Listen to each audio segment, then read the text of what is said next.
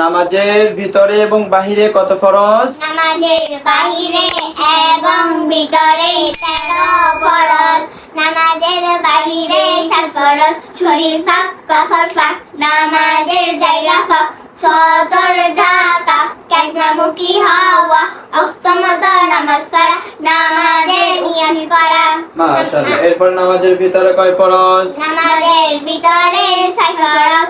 শরীর ফাঁক, কফর এই নামাজের ভিতরে তাকবীরে ও তাকবীরে তাহরিমা বলা, খাড়া হইয়া নামাজ পড়া, কেরাত পড়া, রুকু করা, ওই সিজদা করা, আখিরে বই খাও। এটা হচ্ছে নামাজের ফরজ। এই 13টি থেকে যদি যে কোনো একটা ফরজ ছুটে যায় তাহলে নামাজ হবে না, এই নামাজ পুনরায় আবার পড়তে হবে। ঠিক আছে? আচ্ছা, এরপরে নামাজের ওয়াজিব কয়টি? নামাজের ওয়াজিব 14টি। বলো। আলহামদু শরীফ সূরা পড়া, আনন্দ সঙ্গে সূরা মিলানো, জোরে বলো।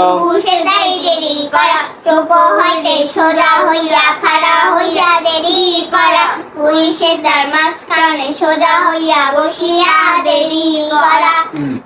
দরমিয়ান বৈঠক, দোনো বৈঠকের আত্তাহিয়াতুর বলা, ইমামের জন্য কেরাত আস্তে এবং জোরে পড়া। বিতিরের নামাজে 6 তাকবীরে, বিতিরের নামাজে বলছে 6 তাকবীর দে। বিতিরের নামাজে দোয়ায়ে কুনুত পড়া। হ্যাঁ, দোনো ঈদের নামাজে 6 তাকবীরে বলা, তাকবীর বলা। তাকবীর বলা। প্রত্যেক ফরজ নামাজে প্রথম 2 রাকাতকে কেরাতের জন্য নির্ধারিত করা, প্রত্যেক রাকাতের ফরজগুলি তার রতিব ঠিক রাখা। প্রত্যেক রাকাতের ফরজগুলি তারতিব